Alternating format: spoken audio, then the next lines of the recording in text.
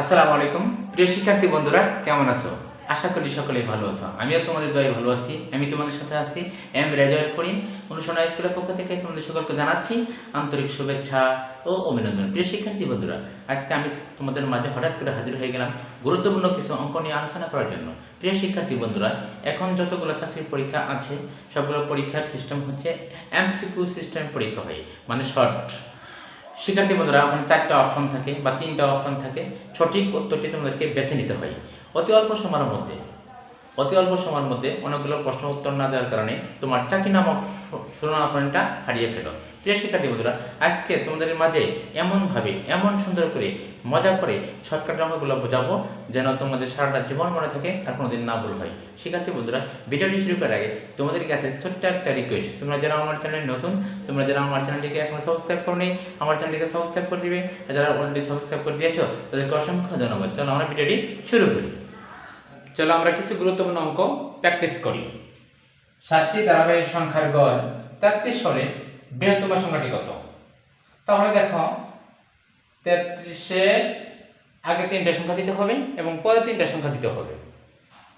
32, 31, 30, 34, 35, 36, 1, 2, 3, 4, 5, 6, 7। যেহেতু 7টি ধারাবাহিক সংখ্যার গড় 33 দেওয়া আছে, 33 আমরা মাঝখানে লিখব, আর পরে দিব 3টা, আর আগে দিব 3টা সংখ্যা।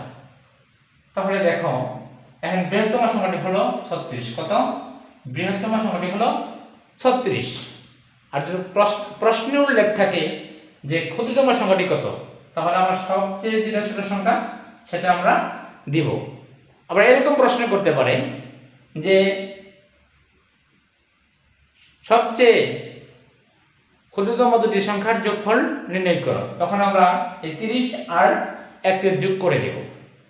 আবার যদি কখনো প্রশ্নের উল্লেখ থাকে যে বৃহত্তম সংখ্যা দুটির যোগফল নির্ণয় করো, তখন আমরা 35 আর 36কে যোগ করলে যা হবে তাই হবে আমাদের রেজাল্ট। 6, 8, 10 এর গাণিতিক 7, 9 এবং কোন সংখ্যার গাণিতিক গড়ের সমান? অঙ্কটা অত্যন্ত গুরুত্বপূর্ণ। 18তম বিশেষ পরীক্ষায় অঙ্কটি এসেছিল। তাহলে দেখো, 6, 8, 10 এর গাণিতিক 7, 9 এবং কোন সংখ্যার গাণিতিক গড়ের সমান? তার মানে এখানে যোগ করলে যা হবে, এখানে যোগ করতে যেটা বাকি থাকবে এর সমান হতে সেই সংখ্যাটাই হবে আমাদের অ্যানসার। তাহলে দেখো, মুখে মুখে আমরা অ্যানসারটি হিসাব করে নিই। 6 আর 8 14, 14 আর 10 কত?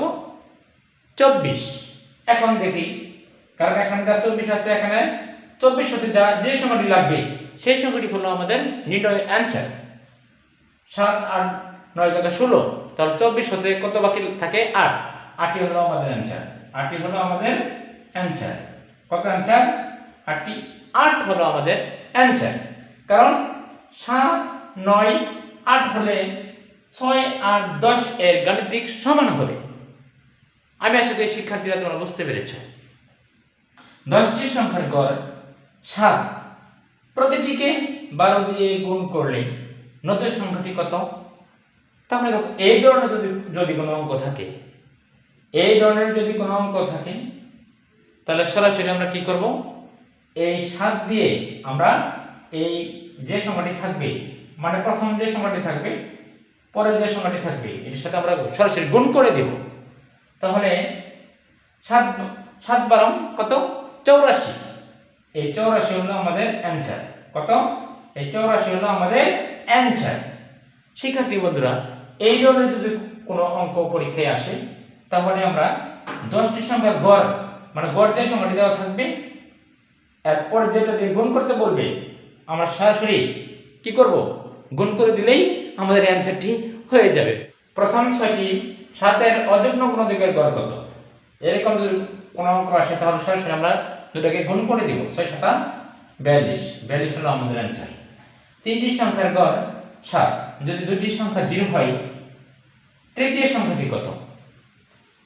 তৃতীয় সংখ্যাটি নির্ণয় করার জন্য আমাদের কি করতে হবে, এখানে 3 দিয়ে এর সাথে গুণ করতে হবে। 3 দিয়ে সাথে গুণ করলে আমরা রেজাল্ট পেয়ে যাব। 3 সাতা কত? 3 সাতা হলো 21। 3 সাতা কত? 21। 21 হলো আমাদের অ্যানসার। কত? 21 হলো আমাদের অ্যানসার। কত? 21 আমাদের অ্যানসার। শিক্ষার্থী বন্ধুরা, ভিডিওটি যদি ভালো লাগে আমার চ্যানেলটিকে অবশ্যই